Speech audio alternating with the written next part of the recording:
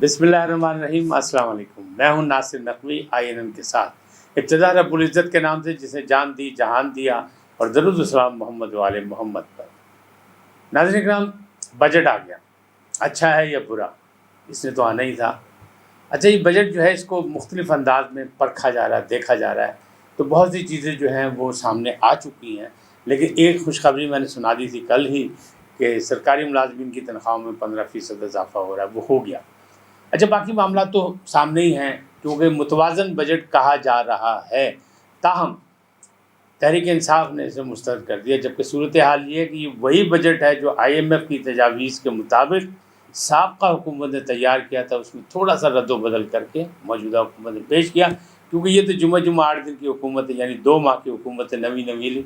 ये क्या कुछ कर सकती थी, पिछले माहदे इसमें शामिल हैं। इसलिए ही मेरा ख्याल है कि ना मुल्क में शोर मचा इतना और ना ही असम्बली में तो अपोजिशन गायब है, वो अपना किरदार अदा करने को तैयार ही नहीं। जो तहरीक इंसाफ है वो असम्बली में जाने को तैयार नहीं, लेकिन वहाँ से एक बगावत होगी कि जान जमाली साहब ने स्पीकर कौमी असम्बली से वापस ले लिया अपना इस्तीफ़ा और वो आके अपोजिशन बेंचों पर बैठ गए। अभी और भी लोगों के आने के इरादे हैं, लग रहा है कि 30 से या 25 से अफराद जो हैं वो वापस आ जाएंगे। इसी तरह अपने ऐसा लग रहा है कि 25 से 30 अफराद जो हैं वो वापस आ जाएंगे, अपने इस्तीफे वापस लेकर, यानी असम्बली में आ जाएंगे। चलिए, अच्छी बात है, हम तो कहते हैं कि असम्बली में अपना किरदार अदा करना चाहिए। और भी बहुत सी खबरें हैं, यानी चौधरी परवेज़ इलाही अब क्या करने वाले हैं या चौधरी बरादरान का मुस्तकबिल का फैसला क्या होगा, ये बात भी है। इसको भी मैं आपको बताऊंगा क्या हो रहा है, क्या होने जा रहा है। लेकिन एक और बात है कि आसिफ जरदारी, जो कि पीरो मुर्शद मौजूदा हुकूमत के, उन्होंने पाकिस्तान खप्पे मुहिम शुरू कर दी है। इसका क्या मतलब है और ये क्यों उनकी ज़रूरत महसूस हुई, ये भी मैं आपको बताऊंगा। और भी दूसरे बहुत से मामला हैं कि इसमें बजट में क्या फ़ायदा होगा, क्या नुकसान होगा और किस अंदाज में आगे बातें चलेंगी। लेकिन पहले आपसे दरख्वास्त है कि INN को सब्सक्राइब करें, लाइक करें और घंटी का बटन दबाना भी ना भूलें, ताकि हमारा आपका राब्ता कायम रहे और अपनी कीमती राय का भी इज़हार करें। तो सबसे पहले बजट में तो सीधी सी बात आ गई, तनख्वाहों में 15% इजाफा हुआ, गाड़ियां दरामदी और मोबाइल फ़ोन सिगरेट महंगे हो गए।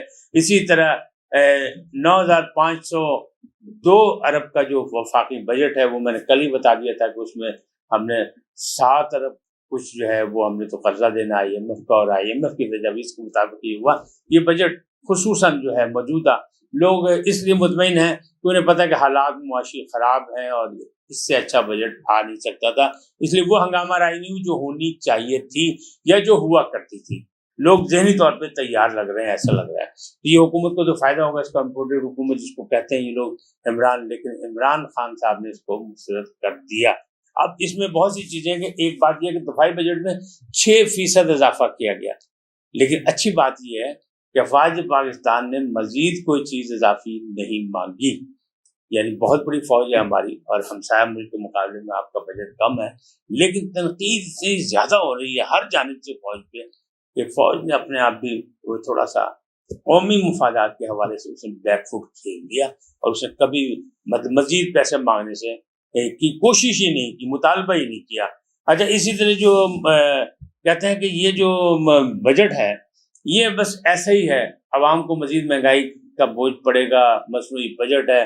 लेकिन साबका हुकूमत का ये कहना बनता है इसलिए नहीं कि ज़्यादा टाइम उन्होंने गुजारा है, सारी तैयारी उन्होंने की है, IMF से मुआहदे उन्होंने किए हैं। अच्छा, अब जो होना था वो तो हो गया, इससे हमने और आपने गुजारा करना है। अगली खबर की तरफ आते हैं कि आसिफ जरदारी ने इसको टास्क बना लिया है कि पाकिस्तान के खिलाफ जो तहरीकें चल रही हैं, दाएं बाएं बयानात चल रहे हैं और इसको गैर मुस्तहकम करने की कोशिश की जा रही है। तो वो कहते हैं कि जमहूरी इक़दामात जो है वो हमारा हक है, हमारा फ़र्ज़ है, क्योंकि जमहूरियत ही जो है वो बेहतरीन इंतकाम है। और वो कहते हैं जमहूरियत के ज़रिए ही हमने अक्सरियत ज़ाहिर करके पार्लियामेंट में इमरान खान से 3.5 साल का इंतकाम लिया है।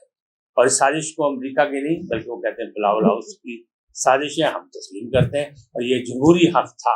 तो अब उन्होंने फैसला किया कि मुख्तलिफ मुलाकातें शुरू कर दी हैं, ताकि जो गैर मुस्तहकम करने की बातें हो रही हैं, जो अफवाहें फैला रहे हैं, जो ऐसी मायूसी की तरफ जा रहे हैं कि जैसे कि पाकिस्तान जो है बस मुसीबत में मुब्तला है, दलदल में फंस चुका है। दलदल में फंसा तो है, लेकिन उसमें सारे हुक्मरानों के कारनामे शामिल है, किसी एक पे आप इल्ज़ाम नहीं लगा सकते।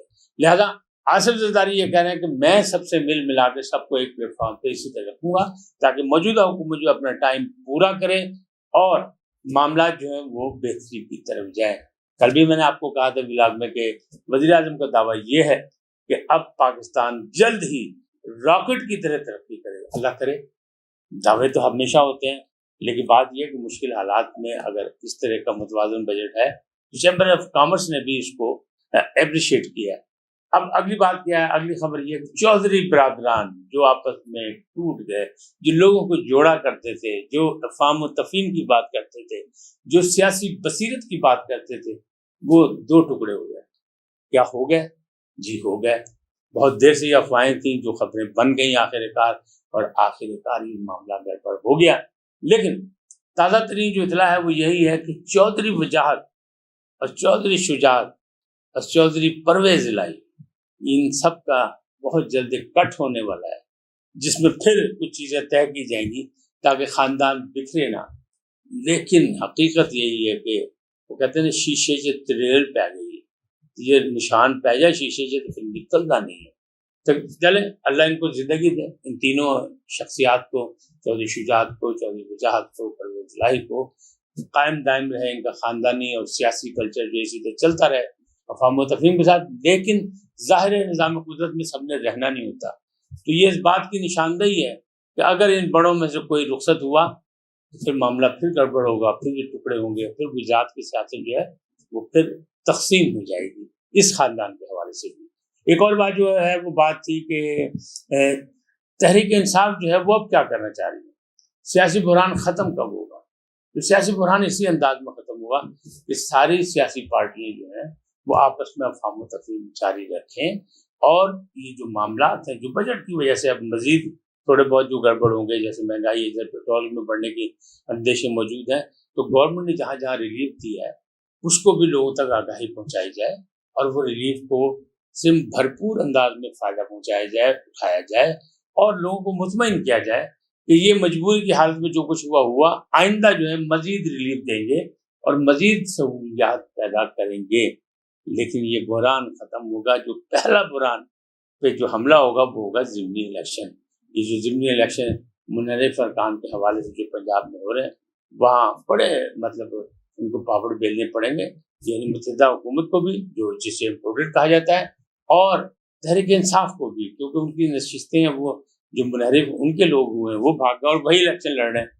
تو ایک تو ان کا حلقہ میں اثر رسوخ ہوگا، دوسرا یہ کہ ان کو نون لیگ کی ٹکٹیں مل گئی، اور پنجاب میں جو ہے وہ نون لیگ کی ایک حیثیت ہے اور اکثریت بھی ہے، تو اس حوالے سے یہ معاملات بہتری کی طرف جبھی آئیں گے جب ان ضمنی انتخابات کا رزلٹ سامنے آئے گا۔ پھر میرا خیال ہے کہ حمزہ صاحب اپنی کابینہ میں توسیع بھی کر لیں گے، اور باقی معاملات بھی ہیں۔ لوگ بڑے کہہ رہے تھے، بڑے دعوے کر رہے 48 گھنٹے 24 گھنٹے حمزہ کی حکومت ختم ہوئی، لیکن نہیں ختم ہوگی، یہ پورا وقت گزاریں گے، یہ سوچ سمجھ کے آئے ہیں۔ پرویز الہی بھی اس بات کو مان گئے کہ اسٹیبلشمنٹ کے بغیر کوئی حکومت نہیں چلتی، تو یہ تو سیدھی سی بات ہے۔ فواد چودھری پہلے کہہ چکے ہیں کہ اسٹیبلشمنٹ سے ہمارے تعلقات خراب ہوئے تھے، اس لیے ہم حکومت میں نہیں۔ یہ ساری چیزیں حقیقت ہے۔ اب اس میں کہاں کہاں کس کا کیا کردار ہے وہ اپنی جگہ، لیکن حکومتی لوگوں کو چاہیے کہ جن کا کردار ہے ان سے اچھے تعلقات رکھ کے اور آپس میں بیٹھ کے اجتماعی کاز پر کام کریں، تاکہ عوام کے لیے، ملک کے لیے ترقی اور خوشحالی کے راستے آسانی سے نکالے جا سکیں۔ اگر ایسا نہیں کریں گے تو پھر سیاسی بحران بڑھے گا، اور سیاسی بحران جب بڑھتا ہے تو پھر جمہوریت جو ہے اس کی بساط الٹ دی جاتی ہے، اور پھر تیسری طاقت آ جاتی ہے۔ انشاءاللہ ہمارے یہاں ویسے حالات نہیں ہیں، اور ایسا نہیں ہوگا، بلکہ جمہوریت چلے گی، پھولے گی، پھلے گی۔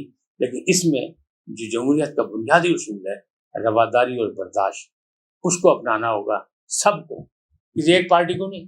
تحریک انصاف ہو، پاکستان پیپلز پارٹی ہو، اور مسلم لیگ نون ہو، مسلم لیگ خاف ہو، یا اور کوئی بھی جماعت ہو، پیر پگار صاحب کی جماعت ہو، اس کو سب کو تحمل کا، صبر کا مظاہرہ کرنا پڑے گا۔ اس کے لیے مملکت کے لیے، خوشحالی کے لیے، ترقی کے لیے، اور پاکستان کے استحکام کے لیے۔ آج اتنا ہی، پھر ملیں گے ایک اور عنوان کے ساتھ، نئے موضوعات کے ساتھ، نئی خبروں کے ساتھ۔ لیکن جاتے جاتے آپ سے گزارش ہے کہ INN کو سبسکرائب کریں، لائک کریں، گھنٹی کا بٹن دبانا نہ بھولیں، اور اپنی قیمتی رائے کا اظہار بھی ضرور کر دیں۔ خدا آپ کو سلامت رکھے، صحت و تندرستی کے ساتھ۔ اللہ نگہبان۔